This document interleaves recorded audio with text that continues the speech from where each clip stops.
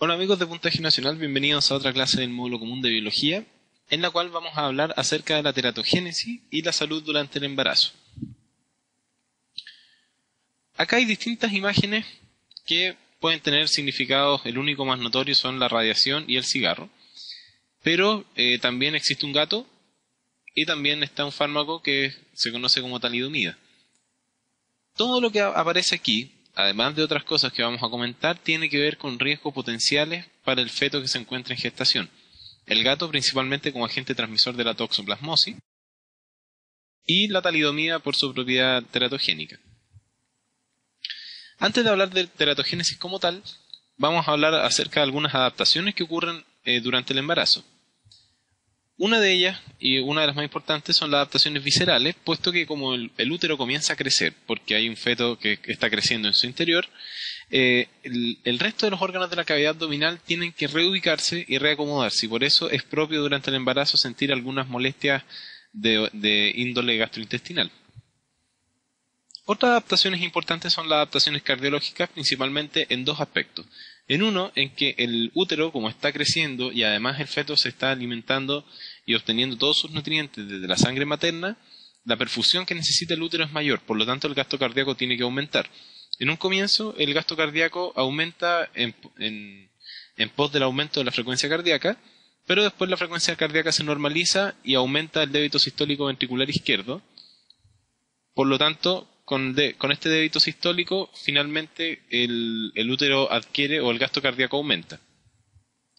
Otra adaptación importante corresponde a lo que es el crecimiento del útero en la cavidad abdominal, pudiendo generar en determinadas condiciones una disminución del retorno venoso por compresión de la vena cava inferior.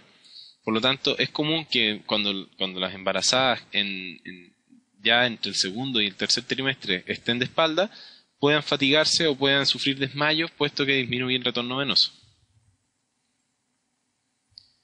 En cuanto a las adaptaciones endocrinas, tenemos en cuenta también que aumenta la progesterona, hay síntesis del lactógeno placentario humano, que es una de las hormonas que sintetiza la placenta, hay síntesis de gonadotropina coriónica humana activamente hasta cierto periodo del embarazo, y también hay síntesis de prolactina y oxitocina, además de estados glicémicos que pueden estar alterados, habiendo tendencia en algunas mujeres a hacer una condición denominada diabetes gestacional. Y por supuesto, hay adaptaciones psicológicas mediadas por variación de neurotransmisores, liberación de oxitocina intracerebral, etc., en la cual la madre se vuelve en general más tranquila, menos ansiosa y más tolerante al estrés. ¿Qué cuidados tiene que tener una mujer embarazada? Hay que cuidar el aspecto del gasto cardíaco, principalmente evitando esfuerzo físico y sobre todo si es que la mujer es hipertensa o tiene tendencia a la hipertensión, evitar las crisis hipertensivas, que en un embarazo pueden generar una condición llamada eclampsia, que es una condición muy grave y causal de pérdida. En cuanto al movimiento, por supuesto que hay que evitar movimientos bruscos y traumas, así como caídas, saltos, ejercicios bruscos, fuerzas, etc. En cuanto a la ingesta de sustancias, todo lo que consume una embarazada tiene que ser consultado a un médico, puesto que hasta la sustancia más inocua puede tener un efecto deleterio en el feto. En cuanto a la psicología de la mujer embarazada, por supuesto que hay que tener el ojo con causar pena y causar estrés, puesto que estas dos sensaciones se correlacionan con una liberación de cortisol y otras hormonas que van a alterar el equilibrio hidroelectrolítico y van a alterar también la presión sanguínea, además de la glicemia basal. Entrando en teratogénesis, para definir lo que significa teratogénesis, los dos componentes de la palabra, teratos significa monstruo y génesis significa creación. Por lo tanto, teratogénesis significa literalmente la creación de un monstruo. Y se definen como mutaciones que afectan la anatomía macroscópica de un organismo. Tenemos que hablar también de las mutaciones transmisibles de manera vertical, es decir, que los padres se los pueden transmitir a los hijos. La única manera en que un padre puede transmitirle a un hijo una mutación es cuando posee una mutación en la línea germinal.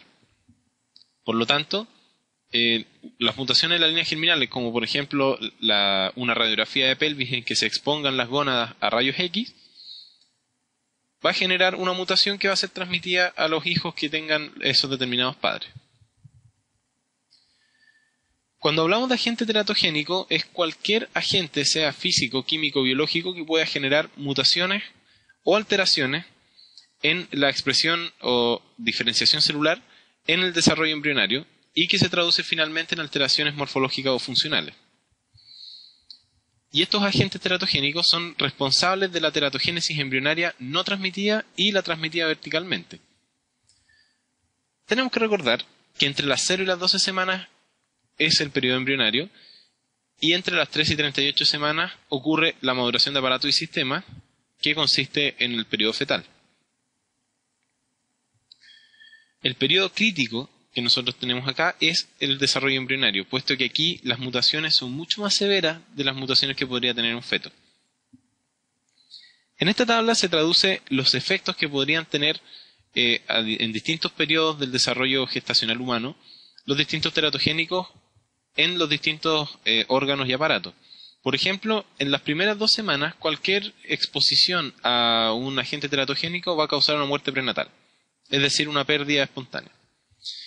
En el periodo embrionario tenemos principalmente que el sistema nervioso central puede generar grandes anormalidades congénitas entre la 3ª semana y la semana 16 de gestación, es decir, también abarca un periodo importante de lo que es el desarrollo fetal. Luego, por supuesto, los teratogénicos afectan hasta que el feto es de término, pero los mayores daños están marcados en rojo, y en amarillo se marcan los defectos funcionales o las anomalías congénitas menores. En cuanto al corazón, por supuesto que mientras se desarrolle y se tabique el corazón van a ser los principales daños, es decir, a mediados de la 3ª semana y la 6ª semana. En cuanto a los brazos, también abarca más o menos el mismo periodo, y los ojos, como se encuentran parcialmente completos a la 8ª semana de desarrollo embrionario, vamos a ver que el principal daño congénito va a ser el periodo embrionario, y luego va a encontrarse principalmente defectos funcionales y anomalías menores. Acá vemos una tabla donde podemos ver algunos agentes teratogénicos y su acción, y nos fijamos principalmente que existen agentes teratogénicos como virus, radiaciones ionizantes, sustancias alquilantes, antibióticos, sustancias antibióticos, por ejemplo, que son antimetabolitos, el alcohol, el litio, el benceno, y nos fijamos que intervienen a distintos niveles bioquímicos. Y ahora vamos a analizar algunos de los agentes teratogénicos que lamentablemente son más prevalentes en nuestra sociedad, comenzando por el cigarrillo. ¿Qué efecto tiene el cigarro en el embarazo?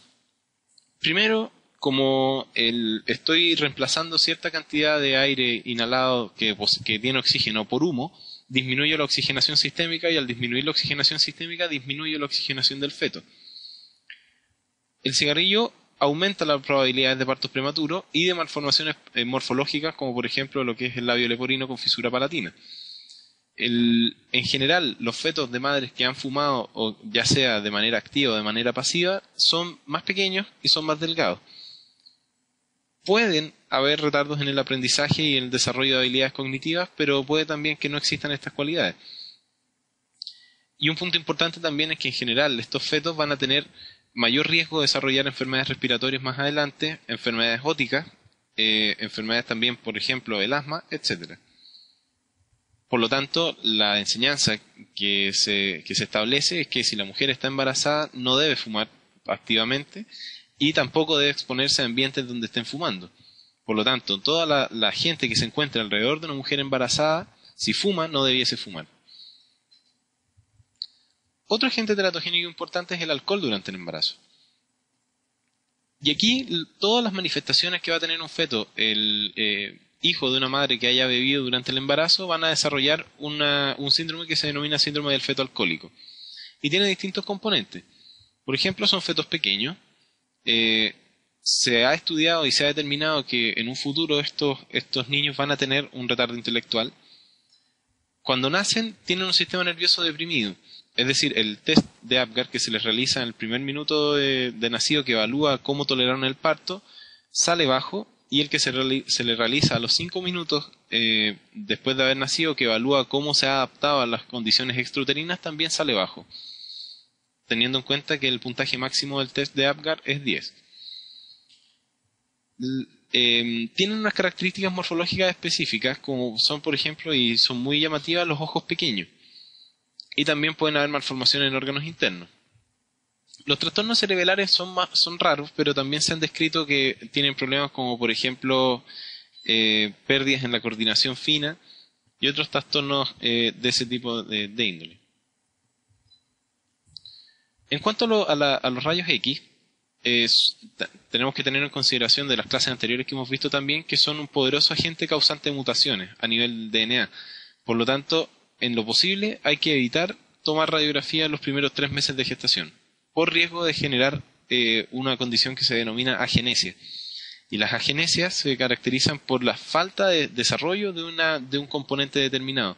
Como por ejemplo puede haber agenesia de un órgano interno, puede haber agenesia de una extremidad, etc. Y las drogas en el embarazo. El uso de drogas ilícitas en Chile principalmente pueden generar dos prismas de efectos. Uno son los efectos teratogénicos en el feto y el otro es el efecto de dependencia que va a tener ese feto de la droga que consumieron durante el embarazo.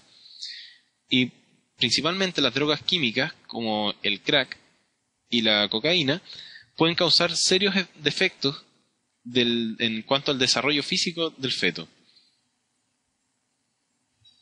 Finalmente, ¿qué herramientas tenemos nosotros para hacer diagnósticos prenatales?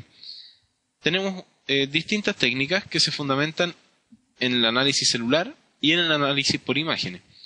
Del análisis celular destacan dos técnicas. Una es la coriocentesis, que se caracteriza por la punción de las vellosidades coriónicas, extraer las células y así estudiar principalmente, por ejemplo, para establecer un cariograma. Y la amniocentesis, que es la punción y extracción de líquido amniótico que se realiza para los mismos fines. Pero estas técnicas no son muy empleadas y muy utilizadas, y las más utilizadas de todas son las ecografías, que son exámenes imaginológicos no invasivos que emplean ultrasonido, que se ha estudiado que no tiene mayor efecto en el desarrollo fetal, y se puede emplear la modología transvaginal o la modología abdominal. Y la gracia es que permiten observar anomalías morfológicas in útero, pero no permiten predecir estas anomalías morfológicas a nivel celular. Entonces, a modo de conclusión, tenemos que el embarazo es una condición que requiere cuidados especiales. No se debe consumir ninguna sustancia sin antes consultar al médico, aunque parezca inocua. No se debe consumir alcohol, no se debe consumir humo de cigarrillos de manera activa o pasiva, ni drogas durante el embarazo, en especial durante el primer trimestre. Las condiciones generadas por los agentes teratogénicos son irreversibles. Algunas enfermedades genéticas pueden ser diagnosticadas a través de la coriocentesis y la amniocentesis. Y la pregunta abierta que les planteo es, ¿se debería interrumpir un embarazo cuyo feto es incapaz de sobrevivir en el medio externo? Las respuestas a esta pregunta háganselas ustedes mismos, generen una discusión, una instancia de discusión constructiva, no insolente ni faltando el respeto a las distintas opiniones, porque todas las opiniones son válidas. Y bueno, eso ha sido la clase. Muchas gracias por verla y escucharla, espero que les haya sido de utilidad. Cualquier duda, postéenla bajo este video en la sección dudas de puntajenacional.cl y nos vemos en otra clase. Chao, chao.